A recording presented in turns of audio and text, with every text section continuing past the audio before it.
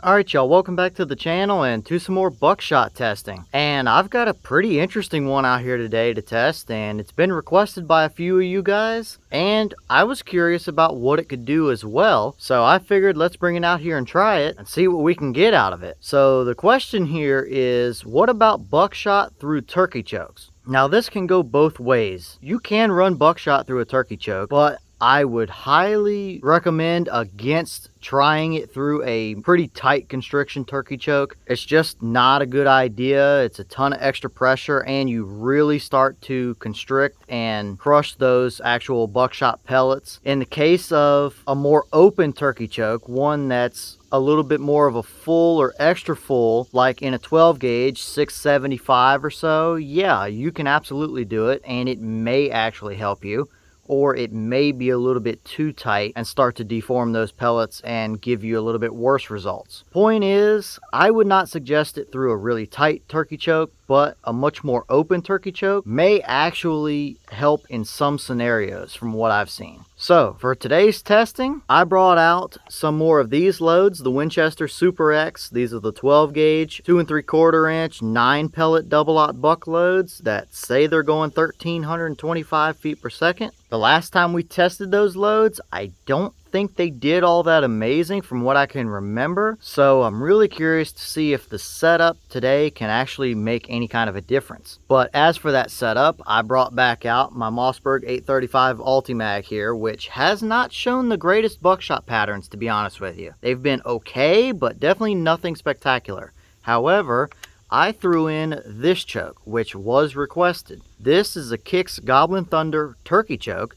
but it's a 680 constriction choke. But as for the testing, it's the usual, which is going to be a 40-yard shot. I do have the chrono as well, so we'll be able to see our actual speed and how close it gets to the box velocity. Once we take our shot, we'll look at our overall pattern, and then I have a few templates, both circles and animal cutout templates, to see how they would have done in a straight up pattern scenario and a hunting scenario. So let's get you guys set up with a view of the chronograph. We'll take our shot, we'll look at our chrono numbers, and then we'll see how they did down there at 40 yards.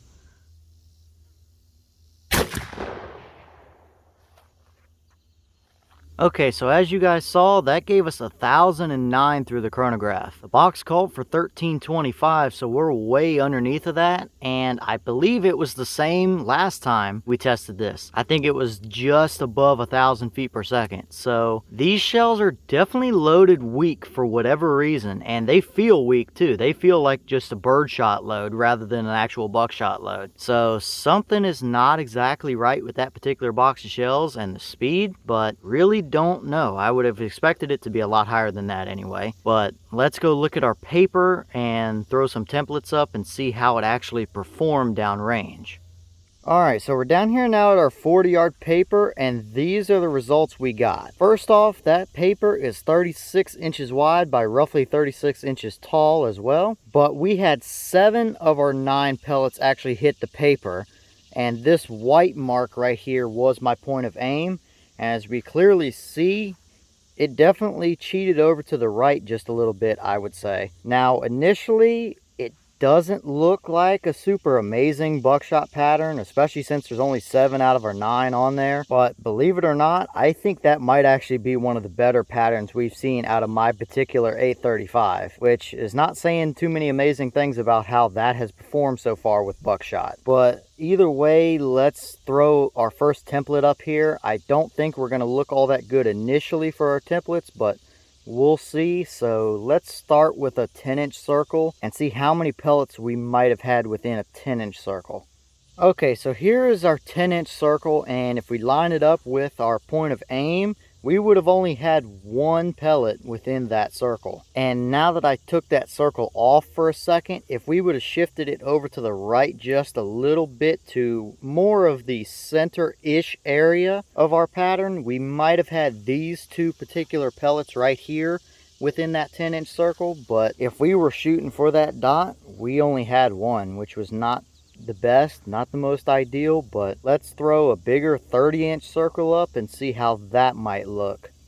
Okay, and here is our 30-inch circle, and as we can clearly see, we have all 7 of the pellets that actually hit the paper within that 30-inch circle, which is good, but they're definitely spread out pretty far there. I would have liked to have seen all 9, but these are just the numbers that we see for this particular test. But the next question is, how would they have done if you were hunting and took that exact shot? So let's start off by throwing a deer template up and see what it would have done if we line it up with our point of aim.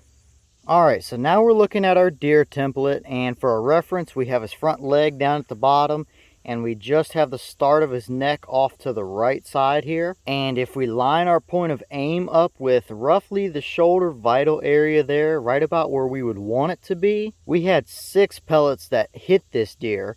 1 just barely clipped him down there in the front leg, and 1 just barely clipped him down there in the lower part of the body. Now as far as these, we had 1 that barely clipped the front of the neck. These 2, which could have very well gotten into something vital anyway. Chances are that this one up here might have been high lungs, and that one probably would have gotten into some sort of major vein or artery coming off that heart that runs up the neck. So overall here, do we have a dead deer?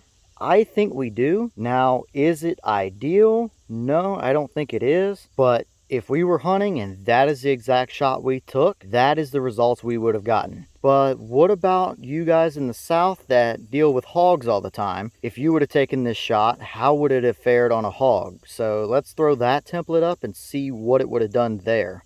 Alright, so now we have our hog template up here, and it's the same orientation as the deer with his legs down at the bottom and his neck just starting over there towards the right. And if we line our point of aim up there with right about roughly where we would want it to be, that's the results we would have seen, which is 5 pellets that actually hit this hog. So do I think we have a dead hog here? I think we do, but I think it's pretty much the same scenario as the deer, where it's not ideal. I can pretty much bet that this hog is going to run for quite a ways, considering how tough they are, but I do think we would have seen a dead hog. So after looking at it all, maybe we have some okay results. Maybe they're a little bit inconclusive. I don't really know. Alright y'all, well, what did you think about the results we got today? I think they were more so a little bit inconclusive than anything else. Now, what do you guys think about the results, and what do you make of them? Should we test more loads through that choke and gun combination, or should we maybe throw a different turkey choke in my 1187 and try some loads through that? I know that gun shoots really well, and I have not really seen all that amazing performance through this 835. So what do you guys think, and what is some things you might want to see? Let me know, and maybe we can go from here and find a combination that really works, and maybe put some more turkey chokes to the test with buckshot loads and see if we can get a little bit more conclusive results. But I'm going to jump back to getting some more testing done for y'all, and I'll see y'all in the next one.